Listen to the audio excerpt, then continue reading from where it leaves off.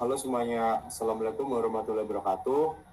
Kami akan mempresentasikan ringkasan paper yang telah kami diskusikan yang berjudul ChatGPT Post-Phenomenology and the Human Technology Reality Relation. Nah, paper ini adalah paper yang ditulis oleh Sorat Pongoladoron dan Aurit van der Varen. Paper ini membahas bagaimana teknologi seperti ChatGPT tidak hanya menjadi alat bantu, tetapi juga agen yang ikut menafsirkan dunia berdasarkan pendekatan post-fenomenologi.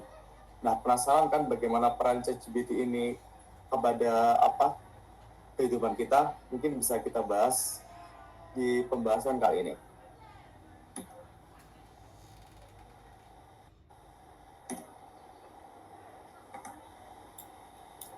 Oke, selanjutnya kita mulai dari definisi apa sih post-phenomenology itu sendiri.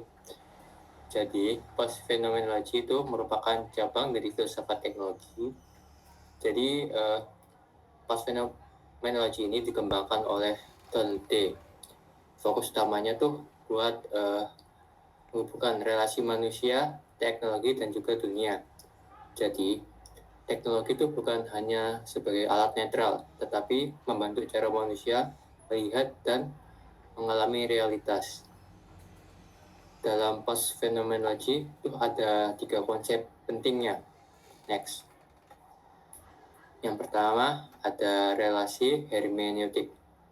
Jadi, teknologi membantu kita membaca dunia seperti contohnya radiolog yang sedang membaca X-ray atau kita yang membaca dunia lewat ChatGPT.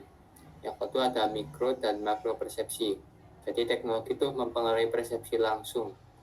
Bisa dikatakan mikro dan budaya atau makna yang kita berikan.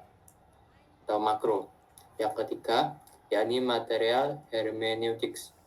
Jadi penafsiran itu tidak terbatas pada teks, tetapi juga bisa dalam benda atau fenomena melalui teknologi. Jadi, singkatnya, post-phenomenology itu melihat teknologi sebagai perpanjangan, sekaligus membentuk pengalaman manusia. Nah, selanjutnya kita masuk di bagian di mana sih posisi ChatGPT itu dan kenapa kok dikaitkan dengan post phenomenology.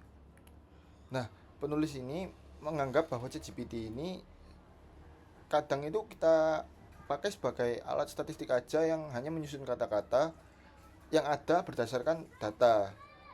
Namun, sang penulis di sini berargumen bahwa ChatGPT ini nggak sebagai chatbot aja atau hanya alat bantu teks saja. Namun itu adalah teknologi hermeneutik yang artinya teknologi ini eh, ikut dalam proses penafsiran. Jadi nggak hanya cuman menyampaikan informasi yang ada dari data ke manusia, namun juga membentuk makna melalui proses interpretasi yang ada. Hal ini disebut dengan machine hermeneutics, yaitu di mana mesin ini ikut dalam menafsirkan nggak cuman sekedar mentransmisikan data-data saja ya yang kita inputkan lalu di-outputkan sebagai data-data saja ke kita gitu. Bisa di next mungkin. Jadi ketika penulis ini menyebut bahwa ChatGPT ini memiliki levelnya sendiri, itu artinya ChatGPT ini punya dunianya sendiri, punya dunia data dan logika internal yang digunakan untuk hal ini untuk merespons seperti pertanyaan-pertanyaan yang diberikan atau misalkan lelucon-lelucon kita atau misalkan curhatan-curhatan kita ke dalam ChatGPT. Dia itu makanya logika internal, logika yang ada di dalam ChatGPT itu sendiri untuk merespons um, ya pertanyaan-pertanyaan kita yang tadi.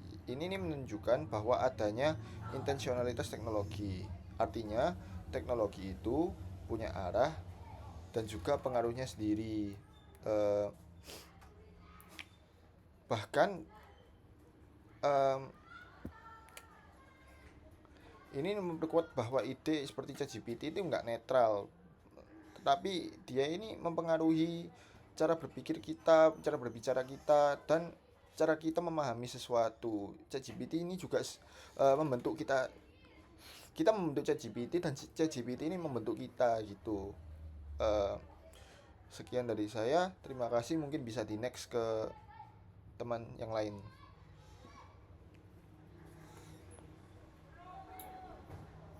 Nah, jadi kesimpulannya dalam konsep postmonologi itu membantu kita dalam melihat peran teknologi sebagai bentuk pengalaman dan juga makna. Ini juga memberikan arti bahwa ChatGPT bukan hanya sekedar alat bantu berbasis AI, melainkan sebuah teknologi yang aktif memediasi manusia untuk berpikir, berkomunikasi, dan memahami dunia. Dan juga ChatGPT bukan hanya alat bantu bahasa, namun juga aktor dalam menentukan makna. Ia memediasi cara kita memahami dunia, bahkan bisa mengaruhi nilai dan budaya kita. Dan juga ChatGPT tidak hanya membantu manusia dalam mengakses informasi, tapi juga mempengaruhi cara manusia untuk mengalami informasi itu sendiri. Seperti lewat kosmonologi ini mendorong kita untuk menjadi lebih kritis dan sadar akan peran teknologi dalam membentuk pengalaman hidup kita sehari-hari.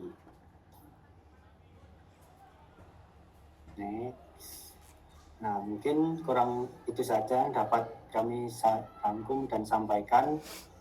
Kurang lebihnya mohon maaf. Wassalamualaikum warahmatullahi wabarakatuh.